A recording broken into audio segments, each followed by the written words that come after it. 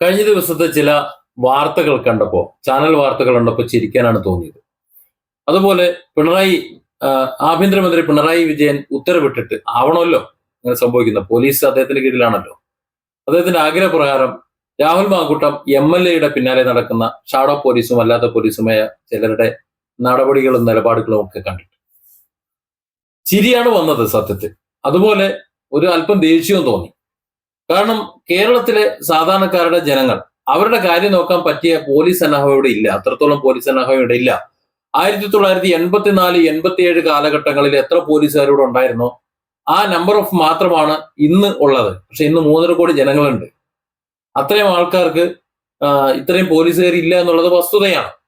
എന്നിരിക്കെ രാഹുൽ മാങ്കൂട്ടം തൂറാൻ പോകുന്നുണ്ടോ മുള്ളാൻ പോകുന്നുണ്ടോ എന്നൊക്കെ അന്വേഷിക്കാൻ വേണ്ടി അപ്പി കോരാനും മൂത്രമൊഴിച്ചു കഴിഞ്ഞാൽ അത് തുടയ്ക്കാനും വേണ്ടി കുറെ പോലീസുകാരെ ഏർപ്പെടുത്തി വെച്ചിട്ടുള്ളത് ഇത്ര നല്ലൊരു ശീലമല്ല എന്നുള്ളതാണ് എനിക്ക് പറയാം. ആദ്യം തന്നെ പറയാനുള്ളത്.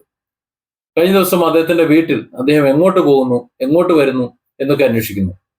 സത്യത്തിൽ ഈ ഒരൊറ്റ കാര്യം കൊണ്ട് മനസ്സിലാക്കാം, രാഹുൽ മാങ്കൂട്ടത്തിൽ ഏതെങ്കിലും പീഡന കേസിലെ പ്രതിയായതുകൊണ്ടോ ഏതെങ്കിലും പെണ്ണിനെ പീഡിപ്പിച്ചത് കൊണ്ടോ അല്ല രാഹുൽ മാങ്കൂട്ടത്തിനെ പൊക്കാൻ വേണ്ടി ഇങ്ങനെ നടക്കുന്നത്. അങ്ങനെ ആയിരുന്നുവെങ്കിൽ, അങ്ങനെയാണ് എന്നാണ് തുടക്കത്തിലൊക്കെ ഞാൻ കരുതിയിരുന്നത്. അത്തരത്തിൽ പരാതികളും വന്നിട്ടുണ്ട്. പരാതികൾ വരുമ്പോൾ ഒരു പൊതുപ്രവർത്തകൻ ആ നിലയിൽ ഒരു പേരുദോഷം കേൾപ്പിക്കുന്നത് ശരിയല്ല എന്ന നിലപാട് അപ്പോഴും ഇപ്പോഴും എനിക്കുണ്ട്.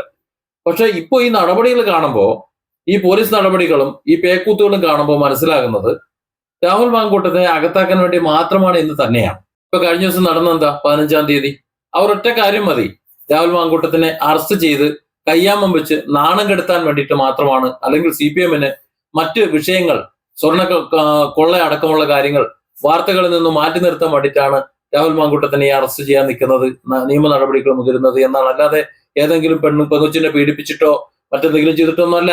അതല്ല അതിന്റെ കാരണം. ഇനി അതിന്റെ പേരിലെങ്ങാനും ആയിരുന്നു രാഹുൽ മാങ്കൂട്ടത്തിന്റെ പിന്നാലെ കേസും പുക്കാറുമായിട്ട് നടന്നിരുന്നുവെങ്കിൽ അത് ആ പരാതിയുടെ അടിസ്ഥാനത്തിലായിരിക്കണം. എന്തായിരിക്കും ഒരു പരാതി? ഒരു പെണ്ണ് ഒരു സ്റ്റേഷനിൽ പരാതി കൊടുക്കുന്നു. ആ പരാതിയിൽ കഴമ്പുണ്ടോ എന്ന് പ്രാഥമികമായി അന്വേഷിക്കുന്നു. പെട്ടെന്ന് നേരെ അറസ്റ്റ് ചെയ്യുന്നില്ല, കാരണം ഇവിടെ MLA ആണ്. അപ്പോൾ പ്രാഥമികമായി അതിൽ കഴമ്പുണ്ടെന്ന് അന്വേഷിക്കുന്നു. കഴമ്പുണ്ടെന്ന് കണ്ടെത്തിയാൽ രാഹുൽ മാങ്കൂട്ടത്തിനെ അറസ്റ്റ് ചെയ്യുന്നു. അറസ്റ്റ് ചെയ്ത് കോടതിയിൽ ഹാജരാക്കുന്നു. കോടതിയിൽ ഹാജരാക്കുമ്പോൾ കോടതി ജാമ്യം കൊടുത്താലും കൊടുത്തില്ലെങ്കിലും പോലീസിൽ ഒരു പിണ്ണാക്കൂല. ജാമ്യം കൊടുത്തു കഴിഞ്ഞാൽ രാഹുൽ മാങ്കൂട്ടത്തിന്റെ ജാമ്യത്തിൽ ഇറങ്ങി അദ്ദേഹത്തിന്റെ കാര്യങ്ങൾ നോക്കും. ഇനി അതല്ല, കോടതി റിമാൻഡ് ചെയ്യുകയാണെങ്കിൽ അദ്ദേഹം റിമാൻഡിലേക്ക് പോകും, പിന്നീട് ജാമ്യത്തിന് ശ്രമിക്കും. ഈ ഒരു പ്രൊസീജിയറാണ്. രാഹുൽ മാങ്കൂട്ടത്തിന് പിന്നാലെ പാഞ്ഞടക്കാൻ ഇവിടെ ആളുണ്ടാവില്ല. ഇവിടെ ഒരു പരാതി വരുന്നു എന്ന്, അതായത് രാഹുൽ മാങ്കൂട്ടനെ അറസ്റ്റ് ചെയ്യാൻ വേണ്ടിയിട്ട് പരാതികൾ ഉണ്ടാക്കുകയാണ്. രണ്ടാമത്തെ കേസിൽ അദ്ദേഹത്തിന് മുൻകൂർ ജാമ്യം കൊടുത്തു. ആദ്യത്തെ കേസിൽ നോട്ട് അറസ്റ്റ് നിലനിൽക്കുന്നു. ഇത് രണ്ടും നിലനിൽക്കുമ്പോൾ എന്തിനാണ് രാഹുൽ മാങ്കൂട്ടത്തിന്റെ പിന്നാലെ പോലീസ് പായുന്നത്? ഇനി ഒരു പക്ഷേ 15-ാം തീയതി ഇന്നലെ രാഹുൽ മാങ്കൂട്ടത്തിന്റെ ബെയിൽ നിഷേധിക്കുകയാണെന്നുണ്ടെങ്കിൽ അദ്ദേഹത്തെ അറസ്റ്റ് ചെയ്യാനുള്ള നടപടികൾ പോലീസ് നോക്കണം. കാരണം ആ കേസിൽ വേണമെങ്കിൽ അറസ്റ്റ് ചെയ്യാം.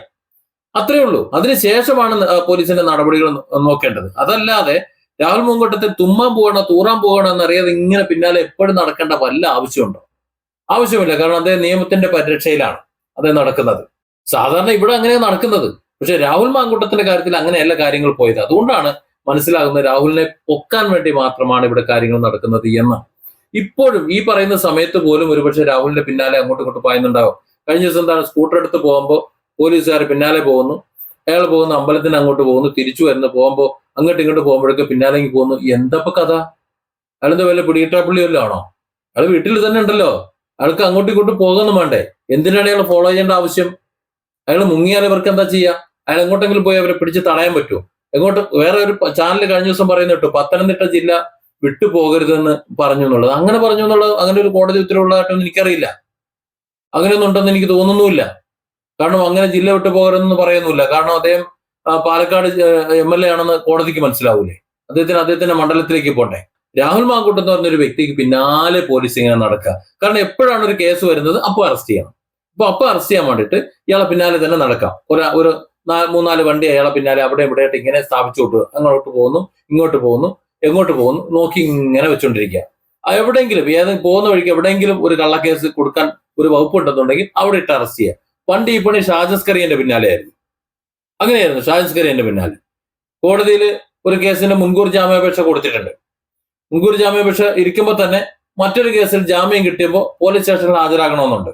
അപ്പൊ പോലീസ് സ്റ്റേഷനിൽ ഹാജരായി മൊഴി കൊടുക്കാൻ ചെന്നപ്പോൾ ആദ്യത്തെ ജാമ്യ ഹർജി മുൻകൂർ ജാമ്യ ഹർജി പരിഗണിക്കുന്നതിന് തൊട്ട് മുമ്പ് അദ്ദേഹത്തെ അറസ്റ്റ് ചെയ്ത് കോടതിയിലേക്ക് കൊണ്ടുപോയി. നമുക്കറിയാലോ എറണാകുളത്തേക്ക് കൊണ്ടുപോയത്. പക്ഷെ കോടതിക്ക് ആ കാര്യം മനസ്സിലായത് കൊണ്ട് ഷാജിസ് കരയ്ക്ക് ജാമ്യം കൊടുത്തു വിട്ടു. അത് കഴിഞ്ഞ് പുറത്തിറങ്ങുമ്പോൾ അടുത്ത കേസ് പറ്റുമെന്ന് നോക്കി. അതിനാണ് വീണ്ടും അവിടെ ഇരുത്തിയത്. അതായത് അയാൾ അനങ്ങാൻ സമ്മതിക്കൂല. എങ്ങോട്ട് തിരിഞ്ഞാലും കേസുകൾ ഇങ്ങനെ, അതായത് കേസുകൾ എടുക്കുന്നത് ഇങ്ങനെ വൈരാഗ്യം തീർക്കാനാണെന്നുണ്ടെങ്കിൽ ഇവിടുത്തെ നീതി സംവിധാനത്തിന് എന്ത് വിലയാണ് എന്നാണ് എനിക്ക് ചോദിക്കാനുള്ളത്. രാഹുൽ മാങ്കൂട്ടത്തിനെ കൊടുക്കാനായാലും ഷാജിസ് കരയെ കൊടുക്കാനായാലും ഇനി എന്റെ കള്ളക്കേസിൽ കൊടുക്കാനായാലും ഇതിന് മറ്റു പലരെയും കുടുക്കി, കെ.എം. ഷാജിനെ കൊടുക്കാനായാലും ഇങ്ങനെ ആരെ കൊടുക്കാനായിട്ട് ഇങ്ങനെ കൊടുക്കാൻ വേണ്ടിയിട്ടാണ് ഇവിടുത്തെ പോലീസ് സന്നാഹത്തെ യൂസ് ചെയ്യുന്നുണ്ടെങ്കിൽ കേരളത്തിലെ 3.5 കോടി ജനങ്ങൾ എന്താണ് വിശ്വസിക്കേണ്ടത്? ഒരു കുറ്റകൃത്യം നടന്നാൽ ആ കുറ്റകൃത്യത്തിൽ പെട്ടവരെ പരാതിയുടെ അടിസ്ഥാനത്തിൽ അദ്ദേഹത്തെ അറസ്റ്റ് ചെയ്ത് ബാക്കിയുള്ള നിയമ നടപടികൾ അതിന്റെ വഴിക്ക് പോയാൽ പോരെ. അല്ലാതെ ഒരു കുറ്റകൃത്യം നടക്കും എന്ന് കരുതിയിട്ട് അയാളെ പിന്നാലെ നടക്കുകയാണ്. എപ്പോഴെങ്കിലും ഒരു കുറ്റകൃത്യം നടന്നാൽ അല്ലെങ്കിൽ ആരെങ്കിലും ഒരു പരാതി കൊടുത്താൽ അപ്പോൾ അറസ്റ്റ് ചെയ്യാൻ വേണ്ടിയിട്ട് ഈ കേരളത്തിലെ 3.5 കോടി ജനങ്ങളുടെ പിന്നാലെ ഈ കേരള പോലീസ് നടക്കാറുണ്ടോ? അല്ലെങ്കിൽ പിണറായി പോലീസിനെ നടത്താറുണ്ടോ? ഇല്ലല്ലോ. അങ്ങനെയാണെന്നുണ്ടെങ്കിൽ എന്തിനാണ് ഈ രാഹുൽ മാങ്കൂട്ടത്തിന്റെ പിന്നാലെ ഇങ്ങനെ പോലീസ് നടക്കുന്നത്, ഇങ്ങനെ അറസ്റ്റ് ചെയ്യാൻ നിൽക്കുന്നത്? ഇത്തരത്തിൽ ഒളിവിൽ പോയവരെ ഈ രീതിയിൽ പൊക്കാൻ ശ്രമിച്ചിട്ടുണ്ടോ? ഓക്കെ, 10-15 ദിവസം 16 ദിവസത്തോളം രാഹുൽ മാങ്കൂട്ടത്തിൽ ഒളിവിലായിരുന്നു. 15 ദിവസം ഒളിവിലായിരുന്നു. ആ ഒളിവിൽ ഉണ്ടായിരുന്ന സമയത്ത് അദ്ദേഹത്തിന്റെ നോട്ട് അറസ്റ്റ് ഇല്ലാതിരുന്നത് കൊണ്ട് ആ രാഹുൽ മാങ്കൂട്ടത്തിനെ അറസ്റ്റ് ചെയ്യാൻ പോലീസിനെ ചുമതലപ്പെടുത്തിയെന്ന് പറയാം. ഓക്കെ, സമ്മതിച്ചു. പക്ഷെ ഇപ്പൊ എന്തിനാണ് പിന്നാലെ നടക്കുന്നത്? ഇപ്പൊ നോട്ട് അറസ്റ്റ് അല്ലേ? നോട്ട് അറസ്റ്റുള്ള ഒരാളെ പിന്നാലെ സെക്യൂരിറ്റി ആയിട്ട് ഇങ്ങനെ നടക്കാൻ അയാളെന്ത് പോലീസ് പ്രൊട്ടക്ഷൻ വല്ലതും ആവശ്യപ്പെട്ടിട്ടുണ്ടോ? ഇല്ലല്ലോ. അതൊക്കെ മോശമാണ്. കാര്യം ജനം ഇത് കണ്ടുകൊണ്ടിരിക്കുന്നുണ്ട്. അതായത് ഒരാളെ കൊടുക്കാൻ വേണ്ടി മാത്രമായി ഇങ്ങനെ കേസുകൾ നടത്തുമ്പോൾ, ഞാൻ എന്റെ വീഡിയോന്റെ തുടക്കത്തിൽ പറഞ്ഞതുപോലെ ഇതൊരു പെണ്ണ് കേസ് അല്ലെങ്കിൽ ഒരു പെണ്ണിനെ പീഡിപ്പിച്ച കേസ് ആയതുകൊണ്ട് അതിനെ അറസ്റ്റ് ചെയ്യാൻ നടക്കുന്നു എന്ന് പറയാൻ പറ്റൂല. ഇവിടെ രാഹുലിനെ പൂട്ടലാണ് ആവശ്യം എന്ന് പറയുന്നത്.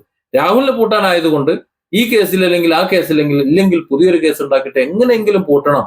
അതിന് നിങ്ങൾ മൂപ്പര് വിടരുത്. കാര്യം അടുത്ത കേസ് വരുന്നുണ്ട്. 3ാമത്തെ കേസ് ഉണ്ടായിരുന്നു. ഏതോ ഒരു പെണ്ണിന്റെ പേരിൽ ഒരു കേസ് വരുന്നുണ്ടായിരുന്നു. പേര് ഞാനിവിടെ എടുത്ത് പറയുന്നില്ല. ഇനി അതും കൂടെ ഒരു പ്രൊമോഷൻ കൊടുക്കണ്ടല്ലോ. എനിക്ക് പേടിയുണ്ട്. ഞാൻ അതിന്റെ പേര് പറഞ്ഞു എന്ന് വെച്ചിട്ടാണ് ഇനി പിടിച്ച അകത്തിലാണെന്നുണ്ടെങ്കിൽ ഈ പാവം പെണ്ണുങ്ങള് കുട്ടികളും അവർ വീണ്ടും നിലവിളിക്കേണ്ടി വരും. അതുകൊണ്ടാണ് ഞാൻ പേര് പറയാത്തത്. നിങ്ങൾക്ക് മനസ്സിലായിട്ടുണ്ടാവും ആരാന്നുള്ളത്. രാഹുൽ മാങ്കൂട്ടത്തിനെതിരെ ശക്തമായി വരികയും രാഹുൽ മാങ്കൂട്ടം പിന്നെ അതിന്റെ കാര്യം പറഞ്ഞോടുകൂടി ഒരു വോയിസ് ഇട്ടോടുകൂടി അത് പൊളിയാൻ ചെയ്തിട്ടുള്ള ഒരു കേസുണ്ട്. ആ സ്ത്രീ തന്നെ ഒരു പരാതി കൊടുക്കാൻ തീരുമാനിച്ചിരുന്നു. പക്ഷെ പിന്നെ പരാതി വന്നില്ല. പിന്നെ ഒരു പോക്സോ കേസ് പ്ലാൻ ചെയ്തിരുന്നു. അത് തെരഞ്ഞെടുപ്പിൽ പരാജയപ്പെട്ട നിലയ്ക്ക് ആ പരാതിയും പിന്നെ വേണ്ടാന്ന് വെച്ചിട്ടുണ്ട്. കാര്യം ഇപ്പോ പരാതി ഇട്ട് കഴിഞ്ഞാൽ ഉള്ള സഖാക്കൾ കൂടി കോൺഗ്രസിലോ BJP-യിലേക്ക് പോയി കഴിഞ്ഞാൽ സംഗതി പണി പാടും. ഏതായാലും ഇവിടെ ഇപ്പോ പോലീസ് സംവിധാനത്തെ ഇങ്ങനെ ദുരുപയോഗം ചെയ്യുന്നത് ശരിയല്ല എന്നുള്ള അഭിപ്രായം എനിക്കുള്ളത്. അത് രാഹുൽ മാങ്കൂട്ടത്തിന്റെ പിന്നാലെ പോകാനായാലും വേറെ ആരുടെ പിന്നാലെ പോകാനായാലും ഒരു കേസിൽ സാധാരണ നടപടിക്രമങ്ങളുണ്ട്. ആ നടപടിക്രമങ്ങൾ അനുസരിച്ച് പോലീസിനെ പെരുമാറാൻ അനുവദിക്കണം. ഈ പോലീസിനെ ഇത്രയധികം പേരുദോഷം കൽപ്പിച്ചത് ഈ സർക്കാരാണ്, പിണറായി സർക്കാരാണ്. കേരള പോലീസിനെ അത്തരത്തിലൊരു ഗതികേടിലേക്ക് കൊണ്ടെത്തിക്കുന്ന ഈ സർക്കാർ 2-3 മാസം കൂടി ഉള്ളൂ എന്നുള്ളത് സമാധാനമാണ്. പക്ഷെ അതിനുശേഷവും ഈ സർക്കാരാണ് നിലകൊള്ളുന്നുണ്ടെങ്കിൽ ഇതൊന്നും ആയിരിക്കില്ല അവസ്ഥ. അവരുടെ ശത്രുക്കളെ മുഴുവൻ വളഞ്ഞിട്ട് പിടിക്കുക, ശത്രുക്കളെ പിന്നാലെ പോലീസിനെ വിടുക, ഭീഷണിപ്പെടുത്തുക. ഇപ്പൊ തെരഞ്ഞെടുപ്പ് ജയിച്ചതിന് ശേഷം കണ്ണൂർ എന്താ സംഭവിച്ചത് നമ്മൾ കണ്ടില്ലേ? അവിടെ ജയിച്ച സ്ഥാനാർത്ഥിയുടെ വീട്ടിൽ പോയി കത്തിക്കുക, ബോംബെറിയുക, തെരുവിൽ കലാപം ഉണ്ടാക്കുക.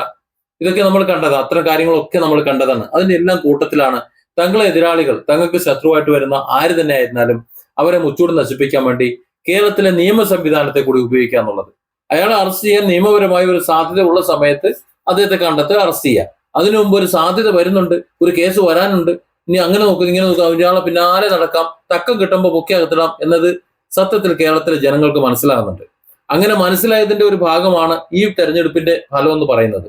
ഇനിയും ഇതാണ് നടപ്പിലാക്കാൻ നോക്കുന്നുണ്ടെങ്കിൽ അടുത്ത തെരഞ്ഞെടുപ്പിൽ തന്നെ തെരഞ്ഞെടുക്കപ്പെട്ട ലോകത്തെ ആദ്യത്തെ ഒരു മന്ത്രിസഭ അധികാരത്തിൽ വന്നിട്ടുള്ളത് കേരളത്തിലാണെന്നുണ്ടെങ്കിൽ അത്തരത്തിൽ അധികാരത്തിൽ വന്ന അവസാനത്തെ CPM മന്ത്രിസഭ പിണറായി 2ാം സർക്കാരാണെന്ന ഒരു ചരിത്രത്തിൽ എഴുതി വെക്കേണ്ട ഒരു സാഹചര്യം ചിലപ്പോൾ ഉണ്ടായെന്ന് വരും.